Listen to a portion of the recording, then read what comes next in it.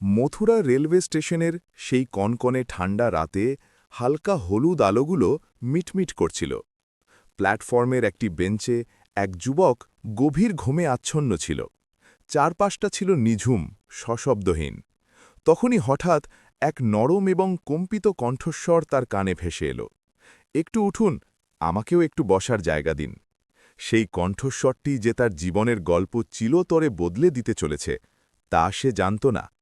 বন্ধুরা, যদি এই আবেগঘন এবং হৃদয়স্পর্শী কাহিনী আপনাদের মন ছুঁয়ে যায়, তবে ভিডিওটি লাইক করুন, বন্ধুদের সাথে শেয়ার করুন এবং চ্যানেলটি অবশ্যই সাবস্ক্রাইব করে নিন, কারণ এখানে প্রতিদিন আপনারা এমন সব গল্প পাবেন যা মনকে ছুঁয়ে যায় এবং কিছু শিক্ষা দিয়ে যায়। বন্ধুরা, প্রবাদ আছে না, কখন কোথায় আর কার সাথে ভালোবাসা হয়ে যায় তা কেউ জানে না। কখনো কখনো জীবন এক অজানা মোড়ে আমাদের এমন এক মানুষের সাথে পরিচয় করিয়ে দেয় যে আগামী সময়ে আমাদের পুরো গল্পটাই বদলে দেয়। আজকের গল্পের শুরু উত্তরপ্রদেশের মথুরা থেকে। হাড় কাঁপানো শীতের রাত ছিল। ৮ নম্বর প্ল্যাটফর্মে হালকা হলুদ আলোগুলো মিটমিট করছিল। স্টেশনে কিছু মানুষ ট্রেনের অপেক্ষা করছিল। কেউ চায়ের দোকানে দাঁড়িয়ে আগুনের তাপে হাত সেঁকছিল, আবার কেউ খবরের কাগজে মুখ লুকিয়ে ঘুরে বেড়াচ্ছিল। সেই ভিড়ের মধ্যেই আমান নামের ২৬ বছরের এক যুবক মাথার নিচে ব্যাগ রেখে প্ল্যাটফর্মের এক কোণে শুয়েছিল। তার মুখে ক্লান্তি আর প্রত্যাশা দুই ফুটে উঠছিল। সে ফারাক্কা এক্সপ্রেস আসার অপেক্ষা করছিল, যা তাকে তার নতুন গন্তব্য দিল্লিতে নিয়ে যাবে। ঠান্ডা হাওয়ায় হালকা কুয়াশা ভাসছিল। প্ল্যাটফর্মের নিস্তব্ধতায় হঠাৎ এক মিষ্টি, নরম আর কিছুটা কম্পিত কণ্ঠস্বর শোনা গেল। ভাইয়া, একটু উঠুন, আমাকেও এখানে বসার জায়গা দিন। এই আওয়াজটি যেন সরাসরি আমানের কানে গিয়ে বিঁধল। সে ঝটগট চোখ মুছতে মুছতে উঠে বসল। সামনে দেখল এক যুবতী নারী, পরনে সাধারণ পোশাক, কোলে একটি ছোট ব্যাগ। মুখে ক্লান্তির ছাপ থাকলেও চোখে গভীর আর্দ্রতা, যেন জল অনেকক্ষণ ধরে আটকে আছে এবং এক্ষুনি উপচে পড়বে। সেই নারীর ঠোঁটে জোরাজুরির হাসি থাকলেও চোখ যেন অনেক কথা বলছিল। আমান কিছুটা থতমত খেয়ে হাসিমুখে বলল, হ্যাঁ, বসুন। সে সঙ্গে সঙ্গে কিছুটা সরে গিয়ে জায়গা করে দিল। মহিলাটি ধীরে ধীরে বসলেন। ওড়না ঠিক করে এক দীর্ঘশ্বাস ছাড়লেন, যেন দীর্ঘক্ষণের ক্লান্তি এক মুহূর্তে ঝেড়ে ফেললেন। কয়েক সেকেন্ড চুপ থাকার পর মহিলাটি নিচু স্বরে বললেন, ফারাক্কা এক্সপ্রেস কি এসে গিয়েছে না চলে গেল? আমান বলল, না, এখনও আসেনি। ট্রেনটি কিছুটা লেটে আছে। বোধহয় কিছুক্ষণের মধ্যেই চলে আসবে। আপনিও কি দিল্লি যাচ্ছেন? মহিলাটি মাথা নেড়ে সম্মতি জানালেন, হ্যাঁ, দিল্লিই যেতে হবে। আমন হাসিমুখে উত্তর দিল, আচ্ছা, আমিও তো দিল্লিই যাচ্ছি। দুজনের মধ্যে হালকা কথা শুরু হল, কিন্তু মহিলাটি বারবার ওড়নার খুঁট দিয়ে চোখের কোণ মুছছিলেন, যেন কোনো গভীর যন্ত্রণা তার হৃদয়ে উথলে উঠছিল। ধীরে ধীরে সময় কাটতে লাগল। প্ল্যাটফর্মের ঘড়িতে রাত ১২টা বাজার ইঙ্গিত দিল। ঠান্ডা হাওয়ায় আমনের চোখে আবার ঘুম নেমে এলো। সে আবার ব্যাগটা মাথার নিচে রেখে কুঁকড়ে শুয়ে পড়ল এবং চোখ বন্ধ করে নিল। কিছু সময় যেতেই সেই মিষ্টি কণ্ঠস্বর আবার শোনা গেল, শুনুন, ট্রেন চলে এসেছে, জলদি উঠুন, দেখুন প্ল্যাটফর্মে ঢুকে গিয়েছে। আমন ধরফড়িয়ে উঠে বসল।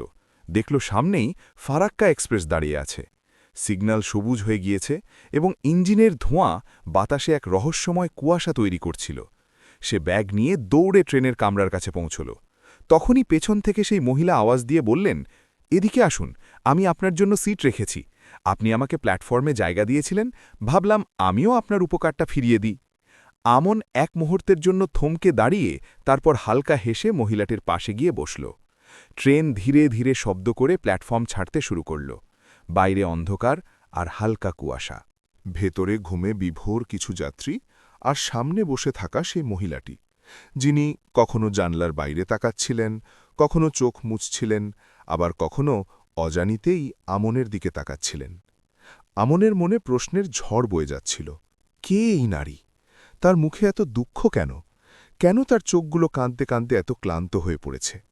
সে কিছু বলতে চাইছিল, কিন্তু মনে ভয় ছিল যে পাছে ওই মহিলা রেগে না যান, তাই চুপ করে থেকে শুধু তাকে দেখছিল। কিছুক্ষণ পর সে ইতস্তত হয়ে জিজ্ঞাসা করল, আপনি ঠিক আছেন তো? যখন থেকে আপনাকে স্টেশনে দেখেছি আপনি কেঁদেই চলেছেন। কোনো সমস্যা হয়েছে কি? মহিলাটি এক মুহূর্তের জন্য আমনের চোখের দিকে তাকালেন, তারপর নজর নামিয়ে নমনীয় কণ্ঠে বললেন, না, কিছু না। আমান বলল, দেখুন, যদি আপনি কারো সাথে কিছু শেয়ার করেন তবে হয়তো আপনার দুঃখটা একটু হালকা হবে। আমি অপরিচিত হতে পারি, কিন্তু অনেক সময় অপরিচিত মানুষরাই সবচেয়ে ভালো শ্রোতা হয়। এই কথা শুনে মহিলাটি এক গভীর দীর্ঘশ্বাস ফেললেন, চোখের জল মুছলেন এবং ধীরে ধীরে তার অতীতের পাতা খুলতে লাগলেন। আমার নাম অনামিকা, বয়স ২২ বছর। আমি মথুরার একটি কলেজে বিএ পড়ছিলাম। সেখানেই আমার সাথে আলাপ হয়েছিল দীনেশ নামে একটি ছেলের।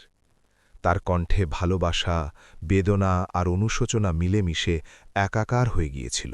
ট্রেনের খটখট শব্দ, বাইরের অন্ধকার রাত আর অনামিকার গল্প যেন কোনো চলচ্চিত্র ধীরে ধীরে চোখের সামনে ফুটে উঠছিল। সে বলতে শুরু করল কিভাবে কলেজের পার্টিতে দীনেশের সাথে তার পরিচয় হয়েছিল, কিভাবে প্রথম দেখাতেই দুজনের মধ্যে এক না দেখা বাঁধন তৈরি হয়ে গিয়েছিল, কিভাবে তারা দিন-রাত একসাথে সময় কাটাত, পড়ার শেষে ঘণ্টার পর ঘণ্টা কলেজের ক্যান্টিনে বসে থাকা, রাস্তায় হাঁটা, একে অপরের স্বপ্ন ভাগ করে নেওয়া, এসবই সে বলছিল। সে আমাকে খুব ভালোবাসত, আমিও তাকে বাসতাম। ও আমাকে বলেছিল যে আমাকে বিয়ে করবে। আমি ভীত ছিলাম, কিন্তু আনন্দিতও ছিলাম। অনামিকার চোখ থেকে জল গড়িয়ে পড়ল। আমান কোনো কথা না বলে শুধু তাকে দেখছিল। তার মুখেও এমন এক অনুভূতি ছিল যেন সে অন্যের দুঃখ নিজের ভেতরে অনুভব করছিল। অনামিকা জানালো যে সে তার মা-বাবার সাথে কথা বলেছিল, কিন্তু তারা সরাসরি মানা করে দিয়েছিলেন। বলেছিলেন, বিয়ে আমাদের মর্জিতেই হবে, তোমার মর্জিতে নয়। আমরা তোমার জন্য সরকারি চাকরি করা ভালো ছেলে দেখব। সে অনেক বোঝানোর চেষ্টা করেছিল, কিন্তু বাড়ির লোক কিছুতেই শোনেনি। পরের দিন কলেজে গিয়ে সে দীনেশকে সব জানালো। দীনেশ বলল, ভয় পেও না অনামিকা, আমি তোমাকে এখান থেকে নিয়ে যাব এবং বিয়ে করব, পরে সবাই মেনে নেবে।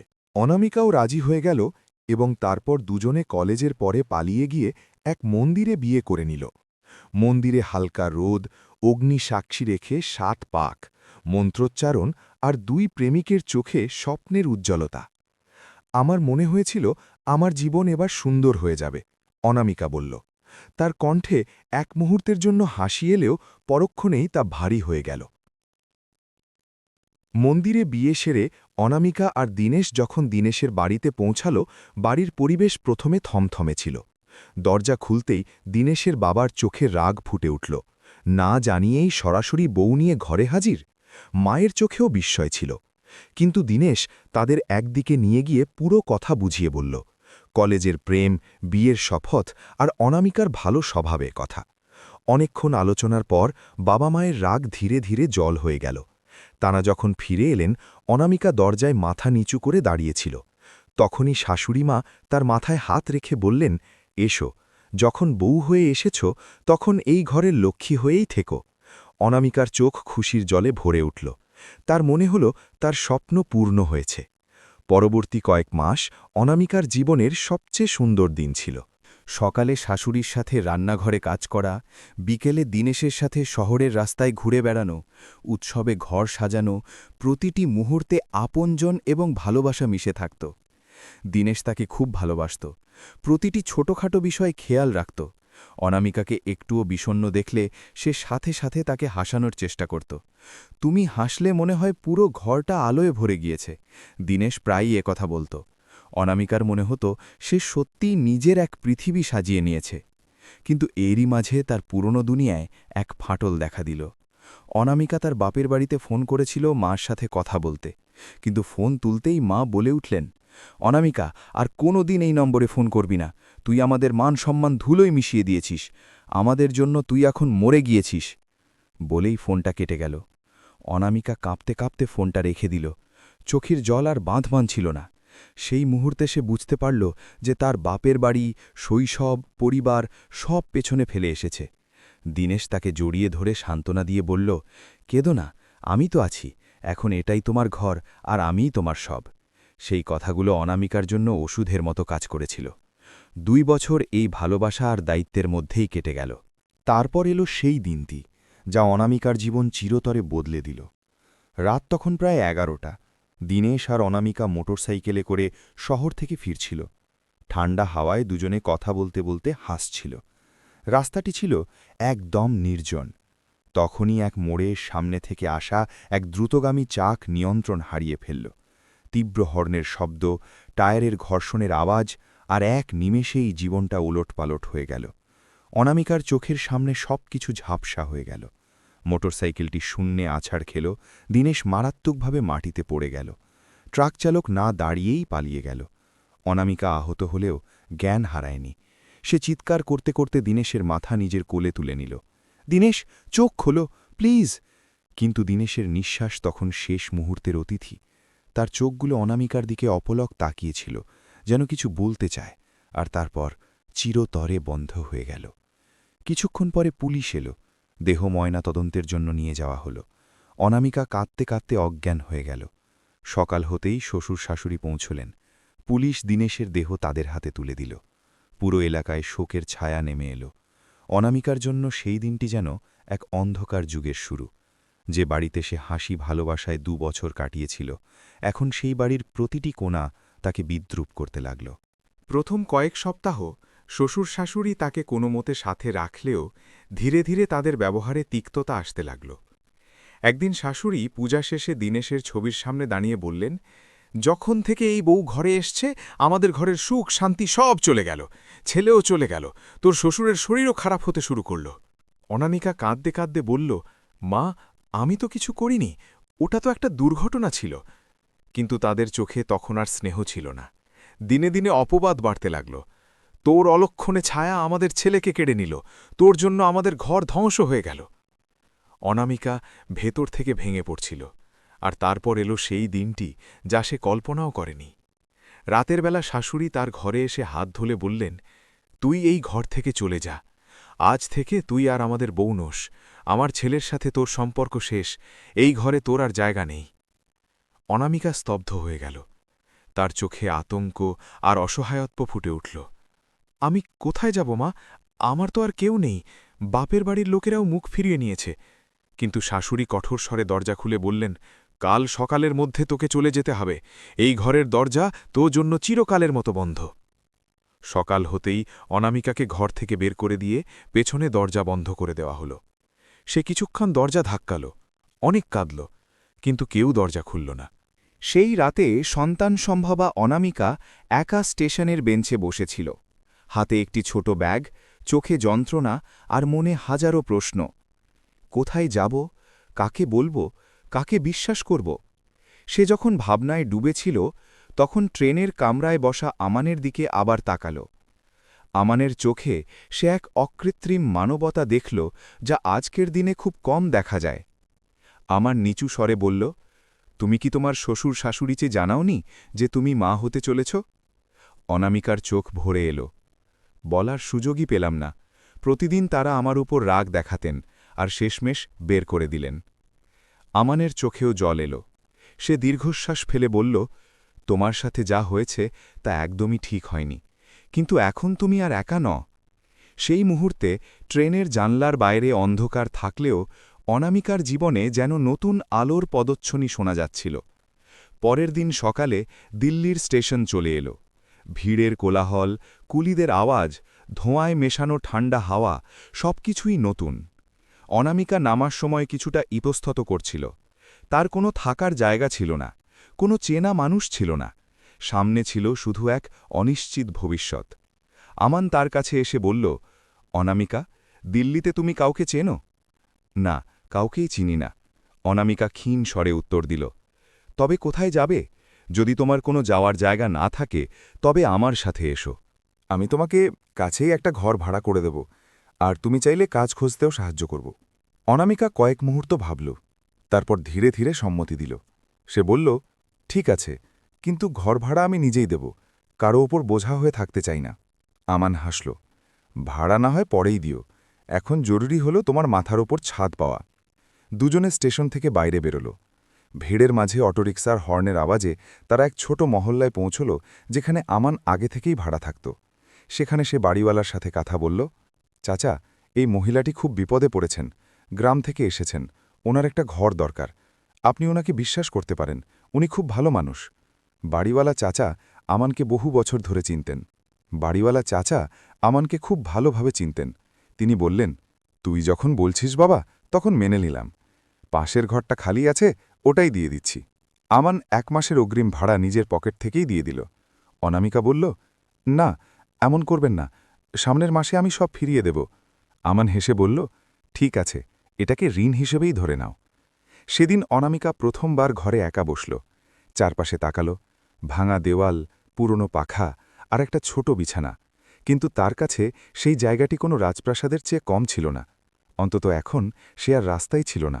রাতে যখন আমন নিজের ঘরে রান্না করছিল তখন সে অনামিকার জন্যেও কিছু রুটি আর সবজি বানিয়ে ফেলল এবং থালায় সাজিয়ে দরজায় কড়া নাড়ল। নাও, কিছু খেয়ে নাও, পেটে বাচ্চা আছে, নিজেকে ক্ষুধার্ত রেখো না। অনামিকার চোখ ভরে এলো। সে জিজ্ঞেস করল, আপনি আমার জন্য এত কিছু কেন করছেন? আমরা তো অপরিচিত। আমন হাসি মুখে বলল, কখনো কখনো অপরিচিতরাই সবচেয়ে বড় অবলম্বন হয়ে যায়। কিছুদিন পর অনামিকা বলল, এখন থেকে রান্না আমিই করব। আপনি উনুনটা আমার ঘরে রেখে দিন, আমি রান্না করে আপনাকে দিয়ে দেব। আমন হাসল আর বলল, ঠিক আছে, এমনিতেও তোমার হাতের রান্না আমার রান্নার চেয়ে অনেক বেশি সুস্বাদু হয়। ধীরে ধীরে 1 সপ্তাহ কেটে গেল। অনামিকা এবার একটু ধাতস্থ হতে শুরু করল। সকালে সে ঘর পরিষ্কার করত, রান্না করত আর বিকালে জানলা দিয়ে দিল্লির অলিগলি দেখত। মনে মনে এক নতুন জীবনের স্বপ্ন অঙ্কুরিত হচ্ছিল। এক সন্ধ্যায় আমন ঘরে ফিরে বেশ উৎসাহের সাথে বলল, অনামিকা, তোমার জন্য একটা কাজ জোগাড় করেছি। কাছেই একটা মুদি দোকান আছে, সেখানে তোমাকে শুধু হিসেবপত্র দেখতে হবে। কোনো ভারী কাজ নয়, করতে পারবে কি? অনামিকার মুখে প্রথমবার এক অকৃত্রিম হাসি ফুটে উঠল। সে বলল, হ্যাঁ, আমি তো পড়াশোনা জানি, এই কাজ আমি অনায়াসে করে ফেলব। পরের দিনই এমন তাকে দোকানে নিয়ে গেল এবং মালিকের সাথে পরিচয় করিয়ে দিল। অনামিকা কাজটা পেয়ে গেল। সে সকালে রান্না করে আমনের জন্য টিফিন গুছিয়ে দিত, তারপর নিজের কাজে বেরিয়ে যেত। ধীরে ধীরে সে নিজেকে আবার জীবনের দৌড়ে সামিল করতে শুরু করল। অনামিকার মুখে এখন আর সেই ভেঙে পড়া নারীর ছাপ ছিল না, তার চোখে এখন ছিল প্রত্যাশা। কিন্তু এক রাতে হঠাৎ সবকিছু আবার বদলে গেল। রাত তখন প্রায় 8টা। আমন তার ঘর থেকে অনামিকার কান্নার শব্দ শুনতে পেল। সে তড়িঘড়ি তার ঘরে গেল, দেখল অনামিকা পেটে হাত দিয়ে ব্যথায় ছটফট করছে। সে আর্তনাদ করে বলল, আমন, আমাকে হাসপাতালে নিয়ে চলো, খুব ব্যথা করছে। আমন ঘাবড়ে গেল। সাথে সাথে পাশের এক হাসপাতালে তাকে নিয়ে গেল। ডাক্তার অনামিকাকে স্ট্রেচারে শুইয়ে ভেতরে নিয়ে গেলেন। কিছুক্ষণ পর এক ডাক্তার বেরিয়ে এসে জিজ্ঞেস করলেন, আপনি কি ওনার স্বামী? আমন এক মুহূর্তের জন্য চুপ থেকে বলল, হ্যাঁ, আমি। ডাক্তার বললেন, তবে জলদি এই কাগজগুলোতে সই করুন, আপনার ছেলে হতে চলেছে। আমন এক মুহূর্ত দেরি না করে সই করে দিল। তার ভেতরে তখন এক অদ্ভুত অনুভূতি কাজ করছিল, যেন সে অনামিকার দুঃখ সুখের অংশীদার হয়ে গিয়েছে। কিছু সময় পর ডাক্তার আবার হাসিমুখে বেরিয়ে এলেন এবং বললেন, অভিনন্দন, ছেলে হয়েছে। সেই মুহূর্তে আমনের চোখে এক উজ্জ্বলতা ছিল, যেন তার নিজের সন্তান হয়েছে। সে হাসপাতালের বিল মিটিয়ে দিল এবং অনামিকার সাথে দেখা করতে ভেতরে গেল। অনামিকা বিছানায় শুয়েছিল, কোলে নবজাতক শিশু আর মুখে ক্লান্তির সাথে মা হওয়ার এক অনন্য আভা। ডাক্তার হেসে বললেন, আপনার স্বামী খুব ভালো মানুষ, পুরোটা সময় বাইরে দাঁড়িয়েছিলেন, চিন্তা করছিলেন, সমস্ত বিলও উনিই মিটিয়েছেন। অনামিকার চোখ আমনের চোখের সাথে মিলল। সেই দৃষ্টিতে হাজারো ভাব ছিল, কৃতজ্ঞতা, আপনজন ভাব আর সেই প্রশ্ন যে তুমি আমার জন্য এত কিছু কেন করছ। হাসপাতালের পরিবেশ শান্ত ছিল। রাত তখন প্রায় 11টা। ওয়ার্ডের হালকা হলুদ আলোয় অনামিকা তার নবজাতক পুত্রকে বুকে জড়িয়ে বসেছিল। বাচ্চার হালকা নিঃশ্বাসের শব্দ আর তার ছোট ছোট হাতের নড়াচড়ায় এক অদ্ভুত শান্তি ছিল। দরজা খুলে আমন ভেতরে এলো। তার হাতে দুধ এবং কিছু প্রয়োজনীয় জিনিস ছিল যা সে বাইরে থেকে কিনে এনেছিল। তার মুখে ক্লান্তি থাকলেও তার চেয়ে বেশি ছিল এক গভীর পরিতৃপ্তি, যেন সে আপন কারোর জন্য সব কিছু করছে। অনামিকা মৃদুস্বরে বলল, তুমি ডাক্তারকে কেন বললে যে তুমি আমার স্বামী? আমান কিছুক্ষণ চুপ থেকে বাচ্চার দিকে তাকাল। তারপর অনামিকার চোখের দিকে তাকিয়ে বলল, কারণ সেই সময় ওখানে আর কেউ ছিল না, আর আমি চাইনি যে তোমার বাচ্চার প্রথম নিঃশ্বাসের সাথে একাকিত্ব থাকুক। আমি স্রেফ তোমার সাথে ছিলাম। অনামিকার চোখ জলে ভরে এলো। তার চোখে এখন আর পুরনো ভয় বা দূরত্ব ছিল না, বরং এক গভীর আপনজন ভাব ফুটে উঠছিল। কিছুদিন পর যখন অনামিকা আর বাচ্চা বাড়িতে ফিরল, মহল্লার সবাই তাদের খুব সাদরে গ্রহণ করল।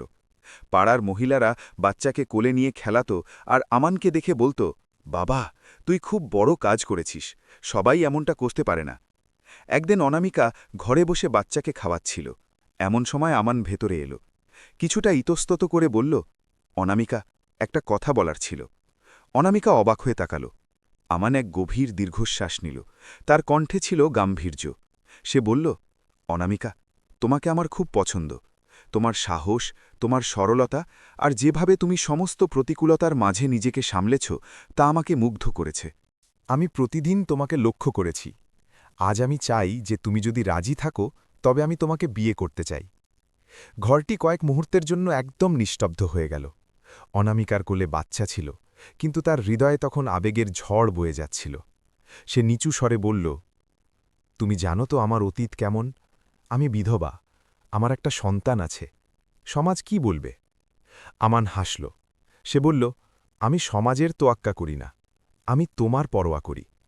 আমি আমার মায়ের সাথেও কথা বলেছি। মা বৃদ্ধা হলেও খুব বুঝদার। আমি ওনাকে তোমার ব্যাপারে সব বলেছি, তুমি যে কতটা সত্যবাদী আর সাহসী। মা বলেছেন যে মেয়ে যদি এত ভালো হয় তবে তাকে বিয়ে করে নেওয়াই উচিত। অনামিকার চোখ দিয়ে জল গড়িয়ে পড়তে লাগল। সে বলল, তুমি সত্যি আমার মতো অতীত থাকা এক নারীকে নিজের জীবনে স্থান দিতে পারবে? আমান আলতো করে তার কাঁধে হাত রাখল। তুমি আমার অতীতের নও, তুমি আমার ভবিষ্যতের গল্প, আর তোমার ছেলে হবে আমার ছেলে। অনামিকার চোখের বাঁধ ভেঙে গেল।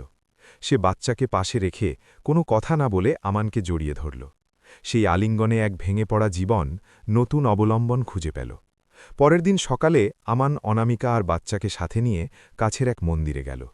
মন্দিরে সকালের হালকা রোদ এসে পড়ছিল। ঘণ্টার আওয়াজ, ফুলের সুবাস আর বাতাসে এক পবিত্র স্তব্ধতা ছিল। পণ্ডিতমশাই মন্ত্র পড়তে শুরু করলেন।